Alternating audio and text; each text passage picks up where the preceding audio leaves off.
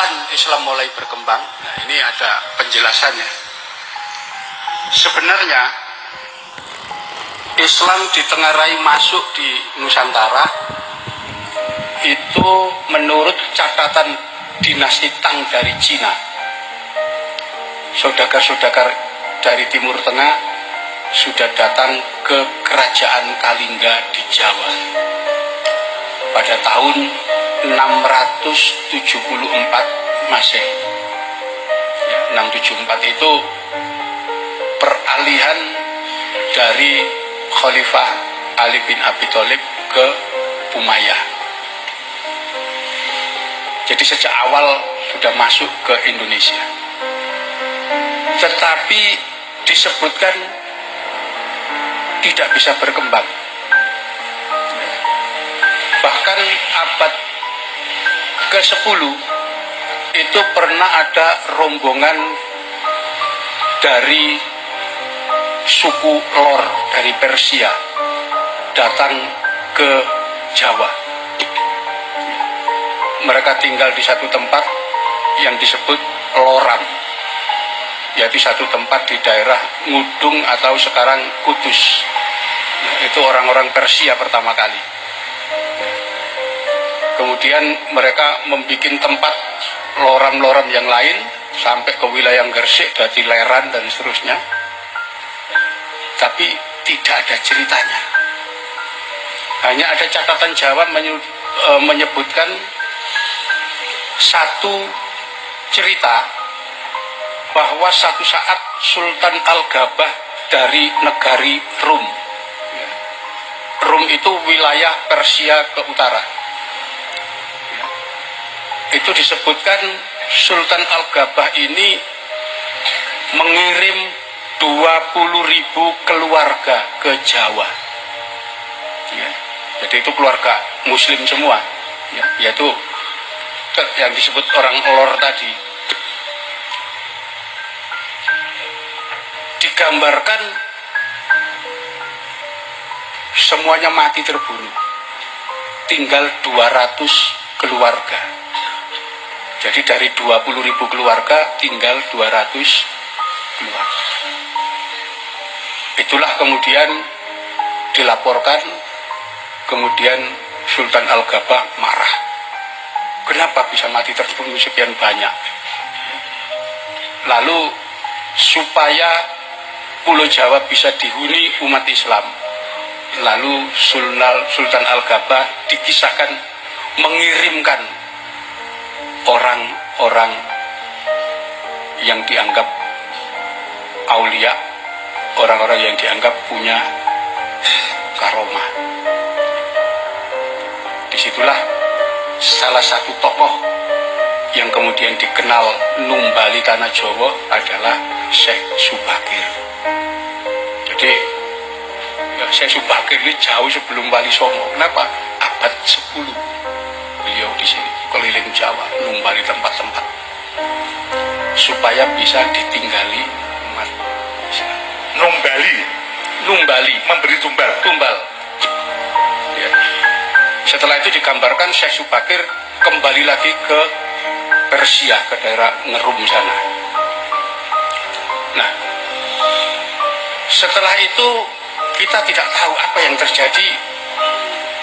Islam berkembang atau tidak tahu. Hanya kita kemudian melihat dari catatan Marco Polo. Ya. Marco Polo ini tahun 1292 kembali dari Cina ke Italia, tetapi tidak lewat jalur sutra dia, tapi lewat laut, ya, menuju ke Teluk Persia. Nah, ternyata dia singgah di sebuah kota pelabuhan namanya Perlak. Ya, ada kerajaan Perlak di sana, yaitu di Selat Malaka, sekarang daerah Aceh. Marco Polo mencatat bahwa penduduk di kota Perlak itu ada 3 jenis kelompok masyarakat. Yang pertama warga Cina, ya, Jadi penduduk yang pertama itu warga Cina. Oleh Marco Polo disebut seluruh Cina diperlak beragama Islam. Yang kedua adalah orang-orang dari Barat, orang-orang Persia.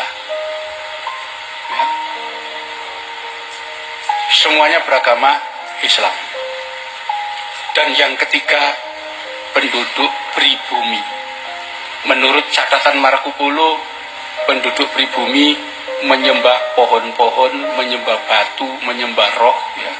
Dan di pedalaman masih makan manusia. Itu tahun 1292. Jadi Cina sudah Muslim, penduduk pribumi belum. 100 tahun setelah perjalanan Marco Polo, ya, datanglah Laksamana Cheng Ho ke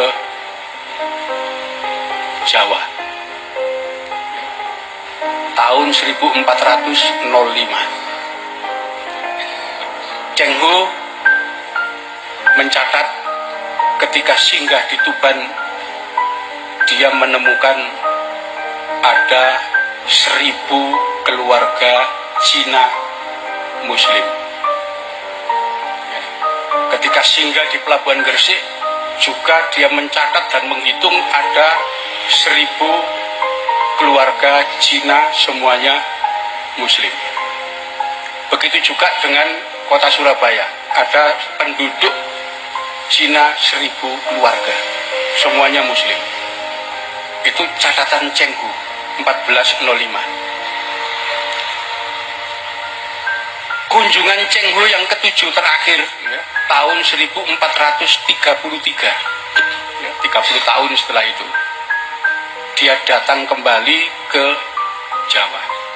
Dia mengajak seorang juru tulis bernama Mahuan, ya. Jadi Mahuan ini juru tulis, dan Mahuan mencatat ternyata pantai-pantai di sepanjang pantai utara Jawa, kota-kotanya dihuni penduduk Cina Muslim, kemudian orang-orang dari Persia dan Arab, mereka juga Muslim, kemudian penduduk pribumi. Menurut Mahuan, penduduk pribumi rata-rata kafir. Mereka menyembah batu, menyembah pohon-pohon, menyembah roh. Jadi ini catatan-catatan resmi yang diakui oleh sejarawan dunia. Mulai tahun 674 sampai tahun 1433. 800 tahun pribumi belum bisa menerima Islam secara massal. Dan itu faktanya memang seperti itu. Nah, 7 tahun setelah kedatangan Cheng Ho yang terakhir, baru datang seorang wali, ya, dari negeri Champa. Champa itu sekarang daerah Vietnam Selatan. Dia datang di sini, satu rombongan keluarga, yaitu Syekh Ibrahim Samarkondi dengan 2 orang putranya. Yang pertama Ali Murtado, yang kedua Ali Rohmat. Beliau singgah di Tuban, di desa Gisik, Gisik Harjo, Kecamatan Palang, tinggal di situ. Dan kemudian belum sempat berkembang, beliau meninggal dan dimakamkan di sana. Ya, makamnya sampai sekarang masih ada. Lalu putranya berjalan ke Mojopahit. Kenapa? Karena bibinya mereka dikawin Raja Mojopahit. Lalu 2 orang putra Syekh Ibrahim Samarkondi ini menemui bibinya di Mojopahit, dan kemudian oleh Raja Mojopahit keduanya diangkat, ya, menjadi pejabat negara. Yang satu sebagai Raja Pendeta, yaitu Menteri Agama untuk orang-orang Islam, dan yang satu sebagai imam di Surabaya, yang satu di Gresik, yang satu di Surabaya. Raden Rahmat inilah yang jadi imam di Surabaya, yang kelak kita kenal dengan nama Sunan Ampel.